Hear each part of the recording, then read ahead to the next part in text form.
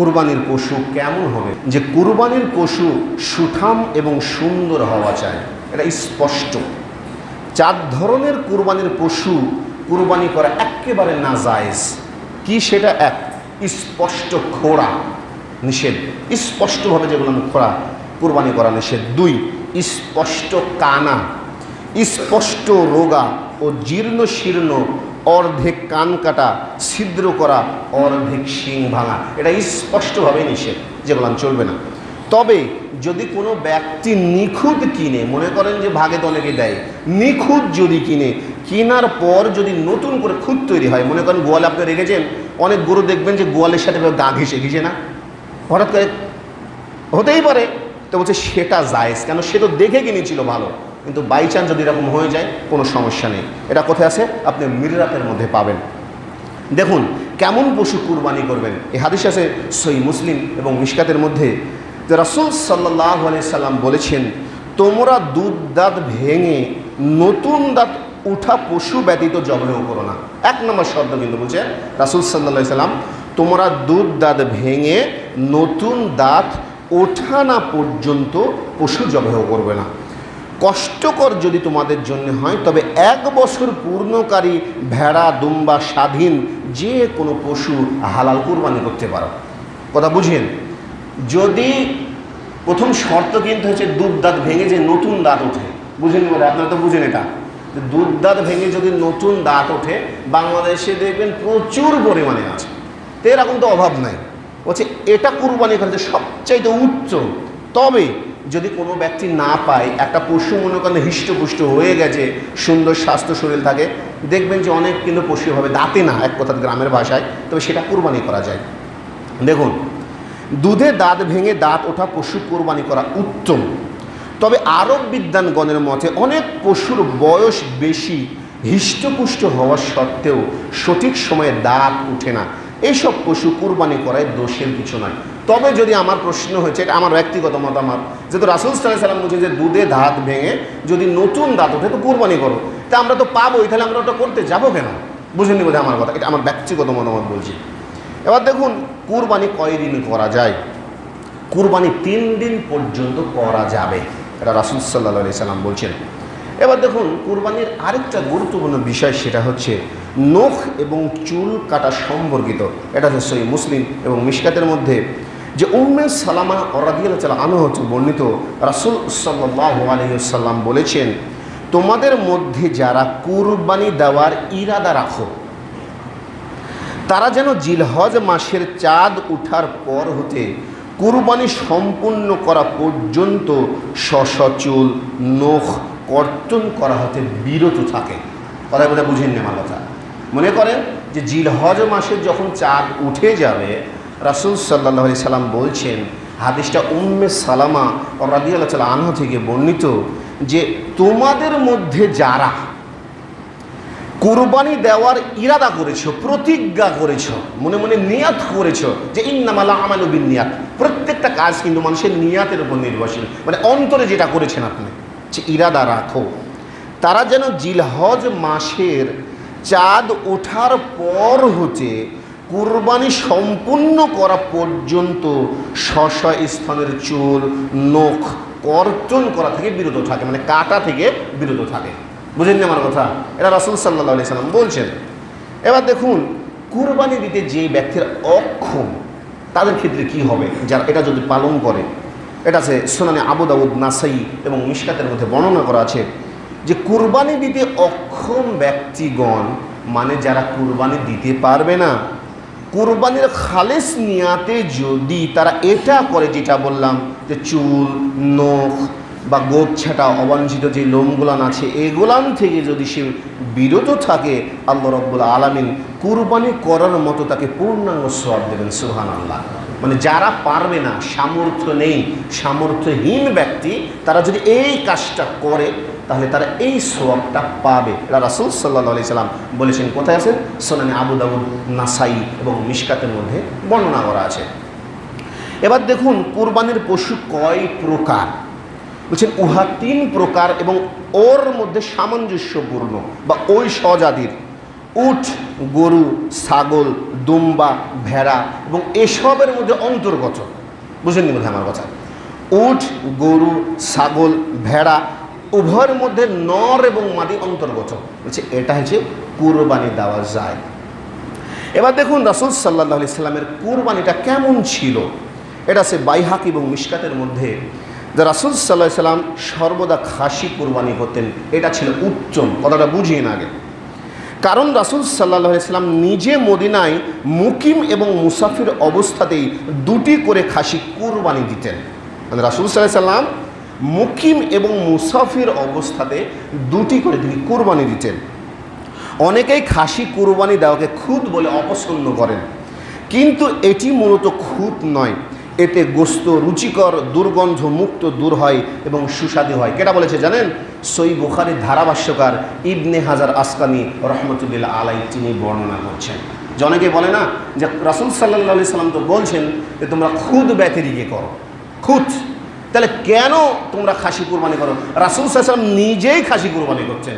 বলছেন যেটা করা হয়, আমরা যেটা বলি এক গ্রামের ভাষাতে, আমি বলছি একদম টোটাল যেটা বলে তোলা দেওয়া হয়, এটা গ্রামের ভাষাতে একদম স্পষ্ট।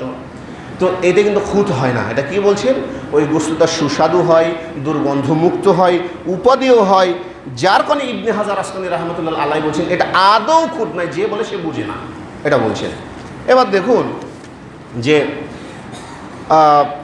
ভাগে কুরবানি সম্পর্কে এটা ধরেন প্রায় মানুষের মধ্যে গণ্ডগোল ফেসাদ। আমি আরব বিদ্যানগণের কথা বলবো, উপমহাদেশেরটা বলবো, আরব বিদ্যানগণের কথা।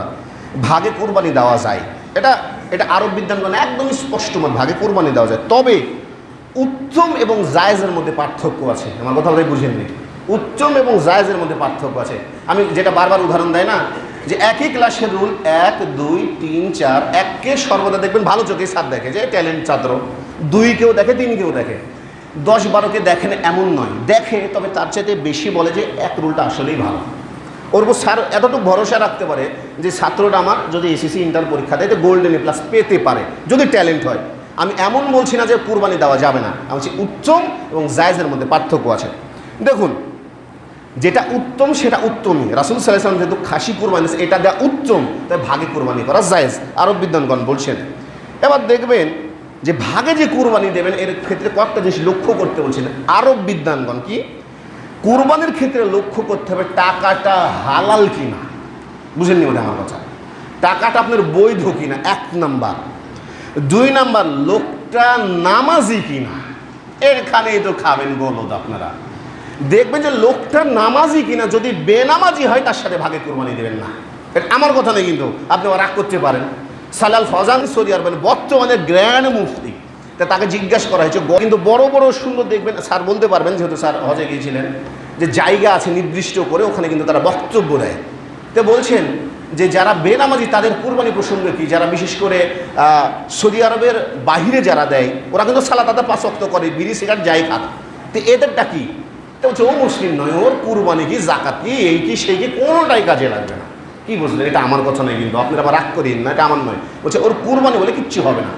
প্রথম শর্ত হচ্ছে যে কুরবানি হওয়ার মূল জিনিস হচ্ছে ভাগে দেন, কোনো সমস্যা নাই। তবে 1 নম্বর শর্ত কি বললাম? টাকাটা হালাল রাখবেন। 2 নম্বর, বেনামাজির সাথে কুরবানি স্পষ্টভাবে বাতিল। এটা আমি বলিনি, কিন্তু আপনি আমার গালি দিতে পারেন, আমি বারবার বলছি একদম স্পষ্ট বাতিল। বলছে কুরবানি চলবে না। দেখুন, তাই বলছে ভাগে কুরবানি দিতে নিষেধ নাই। তবে যদি কোনো ব্যক্তি ভাগে কুরবানি দেয় এই বিষয়টা যাতে বিশেষভাবে লক্ষ্য রাখে, না হলে দেখা যাবে তার কুরবানি বাতিল হয়ে যাবে। আচ্ছা আপনি বলুন তো, একজন যদি আসলেই সে নামাজি লোক হয়, পাপ পুণ্যের হিসাব পরে, আগে ফরজটা সে পালন করছে কিনা তাই দেখুন, পরবর্তীতে ওটা হিসাব।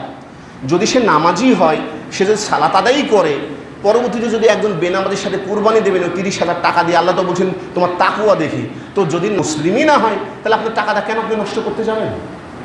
এই জন্য যারা সালাফি মানহাজের আলেমগণ তারা বলে যে খাসি কুরবানি দেওয়াই উত্তম, ভাগে দিবেন না। কিসের কারণে বলেন জানেন? শুধু এই শর্তের কারণে। ওরা স্পষ্টভাবে বলে একটা দিতে কেন বলুন তো, যে আপনি একজন ভালো মানুষ, আপনি সালাত আদায় করেন, তা আপনার কুরবানি আপনি নষ্ট করবেন। আমি বারবার, যেহেতু আমি বাড়ির মালিক নয়, আমার পরিবারের যে মালিক তাকে আমি বলি যে নামাজি ব্যক্তির সাথে কুরবানি দিন, সে যাই হোক, আমার পিতা হোক, যাই হোক, ভাই হোক, যে মালিক থাকে, আমি এটা বারবারই বলি যে আগে প্রথম শর্ত হচ্ছে দেখবেন টাকাটা হালাল কিনা। এরও আগে শর্ত প্রথমও বলছেন যে দুইটা, এক হচ্ছে টাকা হালাল কিনা, 2 নম্বর লোকটা নামাজ পড়ে কিনা, এটা হচ্ছে প্রথম শর্ত। ভাগে কুরবানি দেন, কোনো সমস্যা নেই বলছেন। এবার দেখুন একটা বিষয় হচ্ছে কুরবানি করার পদ্ধতিটা কি। দোয়া পড়বেন বিসমিল্লাহি আল্লাহু আকবার বলে আপনি কুরবানি করবেন। উটকে দাঁড়ানো অবস্থায় কণ্ঠনালীর গোড়ায় অস্ত্রাঘাতের মাধ্যমে রক্ত প্রবাহিত করে নহর করতে হয়। এটা হচ্ছে উটকে কিন্তু দুইবার জবাই করা লাগে, আপনি জানেন। এই যে এখানে যে জায়গা দেখেন, আপনি ইউটিউবে দেখবেন, ফেসবুকে সার্চ দেবেন যে উটকে কীভাবে কুরবানি করা হয়। প্রথমে ধারাল অস্ত্র দিয়ে এখানে মারে যেই জায়গাতে, তখন রক্ত একদম নহর একদম এত জোরে জোরে পড়ে, তারপর যখন পড়ে যায় তখন তাকে জবাই করা লাগে। তার জবাই করে ওনারা। তো বলছেন যে উটকে দাঁড়ানো অবস্থায় কণ্ঠনালীর গোড়ায় অস্ত্রাঘাতের মাধ্যমে রক্ত প্রবাহিত করে নহর করতে হয়, এটা উট। আর গরু ছাগলের মাথা দক্ষিণ দিকে রেখে বাম কাতে ফেলে জবাই করতে হয়। ছুরি অবশ্যই ধারালো নেবেন এবং কেবলামুখী করে খুব জলদি জবাই করবেন যেন পশুর কষ্ট না হয়। এই কথা আমি বারবার যে কয়বার ছিল সেই কয়বারই বলেছি যে আপনারা ভাগে যেহেতু কুরবানি দেন, 7 জনে মিলে 5 জনে মিলে একটা কি সূরা অস্ত্র ধারালো কিনতে পারেন না। এই একটা অস্ত্র দিয়ে দেখা যায় সূরা দিয়ে যে 10, 12টা 15টা জবাই করছে, পশুর এত কষ্ট হয়, বারবার বলার পরও দেখা যায় একই কাজ হয়। এটা আমার প্রচুর রাগ ধরে। কিন্তু আমি বারবার কুরবানির সময় বলছি একটা কাজ করবেন, অনেকে পশু কুরবানি দেওয়ার পরে যে গুতা দেয় না, যখন আপনাকে এইভাবে গুতা দেবেন মানে কি জানেন, সেই স্টক করে মারা যায়, নহর হয়ে মরে না। বারবার বলছেন যে কুরবানি দেবেন স্পষ্টভাবে ধারালো সূরা দিয়ে আপনি বিসমিল্লাহি আল্লাহু আকবার একবার দেন, একদম টোটালি কেটে যাবে, এই পর্যন্ত নেমে যাবে।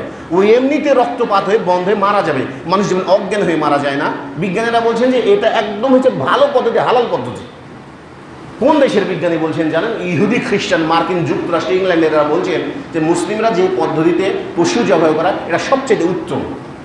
বলছে একে যদি ধারালো অস্ত্র দ্বারা জবাই করা হয়, যেমন কোনো মানুষ অজ্ঞান হয়ে আস্তে আস্তে মারা যায় না, তদ্রুপ এভাবেই মারা যায়। বলছে এই যে ছুরি দিয়ে জবাই করে খুসা দেবেন না, খুসা দিয়ে মানে স্টক করে দেখবেন ছাগল বা গরু লাফিয়ে উঠে, কিন্তু এটা স্টক করে মারা যায়। বলছে এভাবে করবেন না। আমি এই কথা বারবার বলেছি ধারালো অস্ত্র নেন, সুন্দরভাবে বিসমিল্লাহি আল্লাহু আকবার বলে জবাইও করেন, কোনো সমস্যা নেই। অথচ আমার কথা আপনারা শুনলেন না।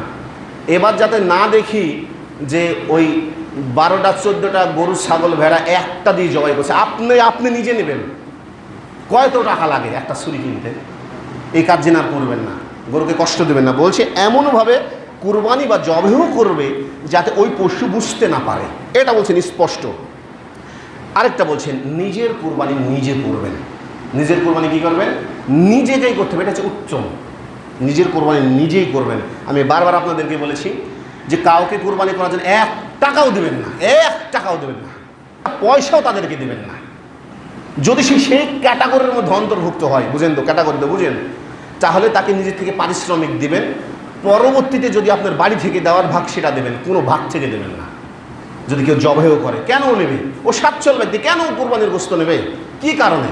ওকে কুরবানি দেয়নি। যদি কুরবানি সে না করে সমাজের ভিত্তিতে তাকে আপনারা দিতে পারেন।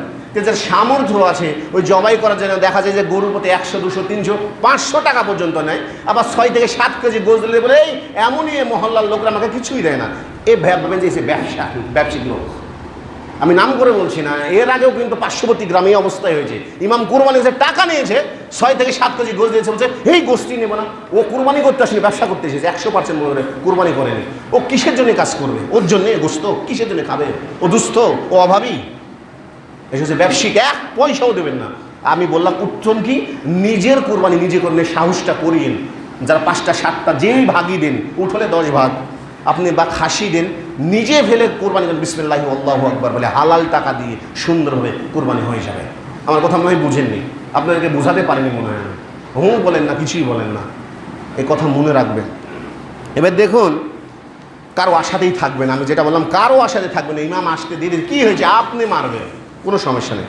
এবার কুরবানির গোশত বিতরণ, সূরা হজের মধ্যে আল্লাহ রাব্বুল আলামিন বলছেন তোমরা নিজে খাওয়াও অভাবীদেরকে, ফকির মিসকিনদেরকে খাওয়াও। কথা বুঝেন, নিজে খাওয়াবেন দুস্থ অভাবীদেরকে, ফকির মিসকিনদেরকে। দেখুন আরেকটা হচ্ছে আপনাদেরকে যেটা আমি অনুরোধ করে বারবার বলছি, মানুষকে দিয়েই খাবেন, কম বেশি হলে সমস্যা নেই। আমার কথা আপনি বুঝেন, বারো বলছি মানুষকে দিয়েই খাবেন, আপনি যেভাবে হোক দিয়ে খাবেন। কারণ কি জানেন, অনেক মানুষ থাকে যারা অভাবী লোক, যে তারা কোনো কোরবানি দিতে পারে না, মিসকিন থাকে না, আর চাইতেও পারে না, দেখবেন শরমে যায় না। আমাদের মহল্লাতে পরে কি মাঝে মধ্যে এটা করতো যে নির্দিষ্ট কোরবানির মাঠ থাকে, ওখানে কোরবানি করে ওখান থেকে দেয় বা আসতে বলে। অনেকে কিন্তু লজ্জা শরমে আসতেও পারে না, আপনি এটা জানেন, কোরবানির মাঠে কিন্তু যেতে পারে না। আমি দেখেছি ব্যক্তিগতভাবে। তো একটা কাজ করবেন, যারা সমাজের লোক, বিশেষ করে আপনার সমাজের যারা আওতাধীন আছে, আপনি কোরবানি করে যদি বাড়িতেও নিয়ে আসেন, ওখান থেকে হলেও আপনি দিবেন, আপনি সবটা বেশি পাবেন। কেন বলতো, তো চাইতে পারেন না, ও মিসকিন। মিসকিন কাদেরকে বলা হয়েছে? যাদের অভাব আছে, যারা চাইতে পারে না, এরা হচ্ছে সবচেয়ে অভাবী লোক। আর ফকিররা তো চাইতে পারে যে বাবা একটু দে না, আপনি দিবেন, তো যে মিসকিন তাকে দিবেন। তারপর আরেকটা আছে যে এলাকায় যদি অভাবী লোকের সংখ্যা বেড়ে যায়, তাহলে 3 দিনের বেশি রাখতে পারবেন না। কথাকে বুঝিয়েন, যদি এলাকাতে অভাবী লোকের সংখ্যা বেড়ে যায়, এলাকাত মহল্লাতে, 3 দিনের বেশি রাখবেন না। যদি অভাবী লোকের সংখ্যা না থাকে, এক কুরবানি হতে আরেক কুরবানি পর্যন্ত আপনি রাখতে পারবেন। কথা মনে হয় বুঝেননি আমার না? অভাবী লোকের সংখ্যা বেড়ে গেলে 3 দিনের বেশি রাখবেন না, তাদেরকে দেবেন। আর যদি অভাবী লোকের সংখ্যা না থাকে, আলহামদুলিল্লাহ, তাহলে আপনি এই কোরবানি থেকে সামনের কোরবানি পর্যন্ত খেতে পারবেন। যার পরিবারের সদস্য সংখ্যা কম, সে বেশি পরিমাণে রাখবে। বুঝেননি বোধহয়? মনে করেন যে একটা মানুষ, সে তার পরিবারের সদস্য সংখ্যা 10 থেকে 12 জন, 7 জন, 6 জন, এটা আমি উদাহরণ দিচ্ছি, এটাই ফিক্সড, এটা ভাবিয়েন না, আমি এটা উদাহরণ। যে 6-7 জন আছে, সে কুরবানি দিয়েছে বর্তমান বাজার মূল্যে মনে করেন যে 18-20 হাজার টাকা, এরকম খুবই কম পাওয়া যায়। এখন তার বাড়িতে গোস্তের পরিমাণ মনে করেন যে 16 থেকে 17 কেজি। গরিব মানুষ, ও তো যেই গোস্তের দাম আপনি তো জানেন যে সবচাইতে পৃথিবীর মধ্যে গোস্তের দাম বেশি বাংলাদেশে। কিন্তু যে আমি বললাম প্রথমে যে যার পরিবারের সদস্য সংখ্যা হচ্ছে বেশি, ও যদি ছোট কুরবানি হয়, ও বেশি পরিমাণে ভাগ রাখবে। আর যার পরিবারের সদস্য সংখ্যা কম, যদি বেশি পরিমাণে মনে করেন বড় কুরবানি দেয়, ও মানুষকে বেশি দেবে। আমি যেটা বলছি টোটালি মোট কথা হয়েছে মানুষকে দিয়েই খাবেন। এটা আমি বারবার বলি যে মানুষকে দিয়েই খাবেন, এমন যাতে না হয়। অনেকেই বলে যে আমি এত টাকা দিয়ে কুরবানি দিয়েছি মানুষকে দেওয়ার জন্য, কুরবানি বলতে কিচ্ছু মানে শুধু খাওয়াই হবে। আবার দেখবেন সমাজের এমন অবস্থা হয়ে গেছে, কুরবানির পশু কিনে আনবে, যদি কিছু মনোমালিন্য হয় তাহলে এই তুই কুরবানির গরু কিনে ঠকে গেছিস, এর গোস্তের ফলন হয় কে, কুরবানি করতে আসছে না, গোস্তের ফলন নিয়ে পাড়াপাড়ি বলেন তো। গায়ের পর বাড়ি দিয়ে বলে দেখ আমি জিতেছি ভাই, তুই জিততে পারিস নি, জীবনেও কুরবানি হবে না। আল্লাহ বলছেন যে আমার সন্তুষ্টির জন্য কুরবানি। গরু কিনে আনছে, বলে যে এটা তোর ভাগের লোকে তোকে ঠক আছে কেন? বলছে একদিন 1,70,000 পাইলো, প্রায় কত বড় গরু, আর তুই 2 লাখে এত ছোট গরু পেয়েছিস, এই কোরবানি জীবনেও হবে না। এই চিন্তা ভাবনা টোটালি বাদ দিতে হবে। তাই বলছি কোরবানি দেবেন, মানুষকে দিয়েই খাবেন, মানুষের মধ্যে যাতে মনোমালিন্য না হয়। যেহেতু সামনে একটা মাহাত্ম্যপূর্ণ দিন আসছে, আরাফার দিনে সিয়াম রাখবেন, এবং ইনশাআল্লাহ রাব্বুল আলামিন যদি আমাকে বাঁচিয়ে রাখেন, সামনে জুমার দিন কোরবানির দ্বিতীয় পর্ব আলোচনা করার চেষ্টা করব ইনশাআল্লাহুল আজিজ। আল্লাহ রাব্বুল আলামিন আমাদেরকে যাতে সঠিক পথ এবং হেদায়েত দান করেন, সকলে বলে আল্লাহুম্মা আমিন।